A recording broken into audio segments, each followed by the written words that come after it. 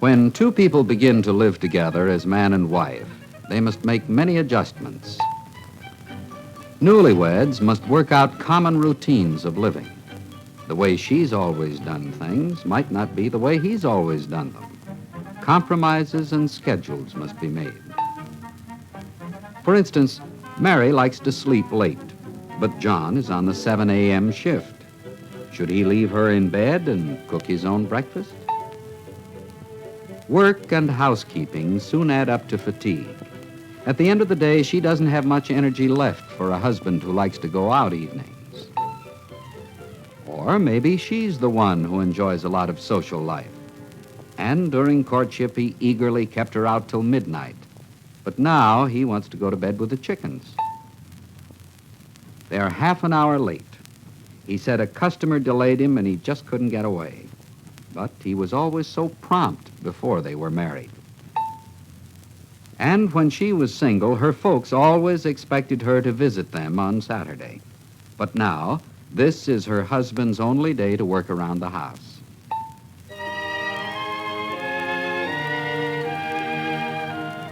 Whose parents shall they visit this holiday? His? Hers? Both? Or neither? Of course, a trip isn't necessary when the couple live with parents. But living with parents adds still other adjustments to the list. His mother might be a big help around the house, but a young wife would like a little privacy sometime.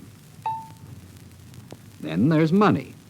When his money and her money becomes their money, buying habits and attitudes about money may have to be changed. Perhaps he's one of those persons who buys on impulse and then counts the cost afterwards. But marriage is a partnership. Husbands and wives must decide these things together. And the essential things must be bought first. The Averys bought everything at once, car, house, and furniture, all on credit. But how much credit is healthy for a young family? And just how easy are those easy monthly payments? The Batemans buy their furniture a few pieces at a time. They select it slowly, lovingly, and in good taste. And they try to buy first things first. They decided that the old car could hold out, but that the baby's diapers couldn't. If they plan carefully now, they will have a down payment next year for their first home. The Carvers don't buy anything. They have lived in furnished apartments for years. They say they're saving for a rainy day. Whatever pattern of spending a couple decides upon, a joint bank account is better than a weekly allowance doled out by a husband. It's one very practical way of making marriage a partnership. A few generations ago, most of a family's needs were taken care of right in the home. Food was raised and canned, bread was baked, clothes were made. The wife made her contribution to the family income by meeting these needs. But today, these goods are bought in stores. How can a wife contribute to the family income now? One way certainly would be careful buying of household supplies and groceries, and preparation of economical menus. A young woman who has worked before marriage may wish to continue. She may have specialized training or work in a needed field. The wife's salary may help provide necessities for the family or the down payment on a new home. But freedom and extra money may tempt a wife to postpone parenthood and other home responsibilities she should assume. And a husband may become jealous of his wife's attention to her work. She must have time for him, too.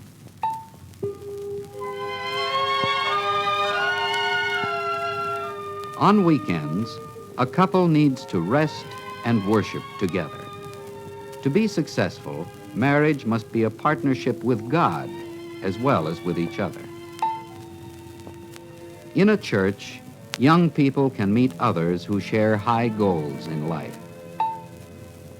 They can share problems of life and seek Christian solutions together. But sometimes husband and wife go separate ways on Sunday. Maybe they belong to different churches or even different faiths. If a couple does not settle religious differences before marriage, one or both may retreat into religious indifference after marriage. Religion is personal and intimate. It takes time, courage, and love to share it. A family habit of daily devotions will help. Family worship puts God in the center of the home and constantly emphasizes the spiritual and eternal values for all of life. It brings inner strength, which is always needed because crises come to every family. Yes, marriage requires adjustments, many of them. Differences in personal habits. Where shall the new couple live? Habits and attitudes about money. Shall a wife continue to work after marriage? The matter of religious differences. But the problems of marriage are not solved by running home to parents or burying oneself in night work at the office. That only postpones the problem or makes it worse. Face up to difficulties as they arise. Don't let trouble pile up. Concentrate on the problem rather than on each other's faults. Encourage and rely on the resources that husband and wife bring to the marriage.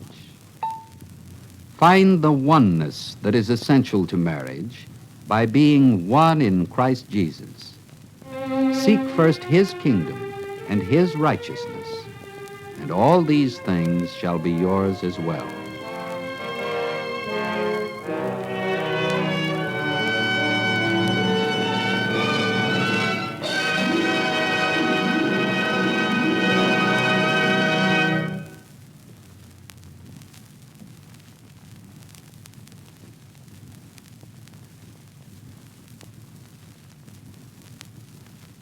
The adjustments of marriage mentioned in the film strip have to be faced sooner or later by practically all married couples. It's not a question of if you will face them, but how you will face them. Therefore, what are some Christian principles and attitudes that would help a newly married couple solve adjustment problems, such as money, where to live, in-laws, religious differences, and so on?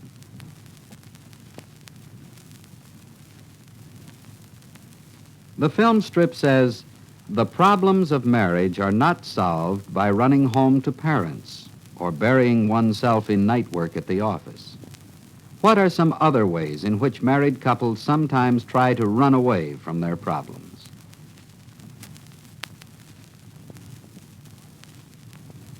What are some possible ways of working out money problems in marriage on a Christian basis?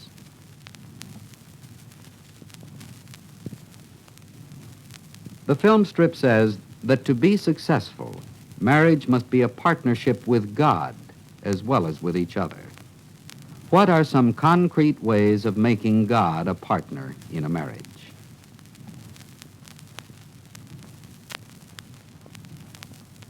How does it help a couple to find oneness in marriage by being one in Christ Jesus?